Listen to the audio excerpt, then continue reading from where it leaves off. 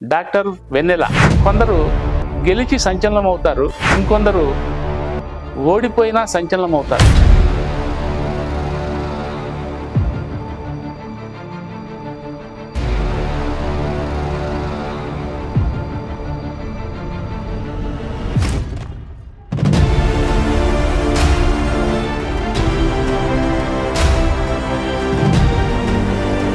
Generally ఏంటంటే చాలా ప్రశాంతంగా కూల్గా ఉన్న వాళ్ళే చాలా వైలెంట్ కూడా ఉంటారండి. కానీ దాని నుంచి మీరు షిఫ్ట్ అయిపోయిన తర్వాత మీ యాటిట్యూడ్లో ఏంటో తేడా వచ్చిందా ఏంటి? నేనేమనుకున్నానంటే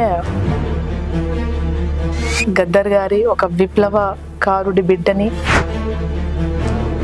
ఇప్పుడు మీరు గద్దర్ గారు జనంలోకి వెళ్ళి ఈ పాటలు పాడేవాళ్ళు కదా, చిన్నప్పుడు మీరు కూడా అది అబ్బిందా?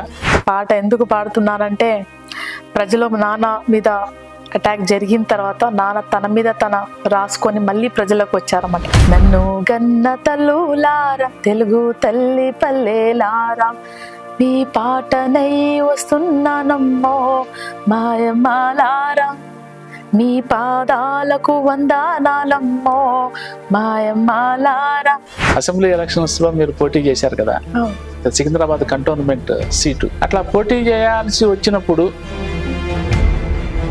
చాలా మంది అన్నారు వెన్నెల కంటోన్మెంట్ చాలా కాంప్లికేటెడ్, ఇట్స్ మినీ ఇండియా. మీకు ఆ సానుభూతి ఫ్యాక్టర్ ఎంతవరకు పనిచేసి ఉంటుంది అని మీరు అనుకుంటున్నారు? పార్టీ కూడా పనిచేసింది. ఎక్కడ జరిగింది అంటే ప్రస్తుతం నడుస్తున్న స్కీమ్స్ని ఆపేస్తారని కొంచెం భయాందోళన గురి కావడం ప్రజలు, అంటే ఎస్పెషల్లీ డబుల్ బెడ్రూమ్స్ మేము ఇవ్వడము అలాంటి మీకు ఏమీ రావు. ఇప్పుడు రేవంత్ రెడ్డి గారి గవర్నమెంట్ నడుస్తున్నది కదా, చాలా బాధ వేసింది. అంటే ప్రజలు